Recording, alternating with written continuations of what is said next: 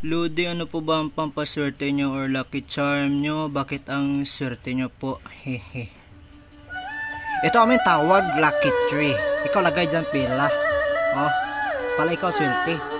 Lucky tree, gamit copper. Para lakas kapit, swerte, no? Kasi ano, pod mo yan pabilog para makatube. Kasi feng shui, dadulo na feng shui bilog. Meaning round. Ayan, para swerte, tuloy-tuloy. Okay? Ikaw pwede din lagay balya. Yan o. Balya laba o sa baba o. Yan o. Yan. Para swerte, tuloy-tuloy. O. Pwede mo yan kabit kahit ano. Basta gold, pera o ganito pera. Pwede yan.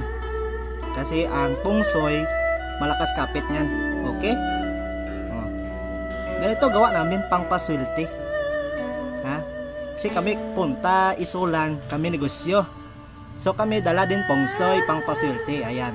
Ikaw pwede din lagay bigas. Ganyan ano? Ayan. Bilog. O kasi nga feng shui, bilog. Okay? O ayan. Thank you.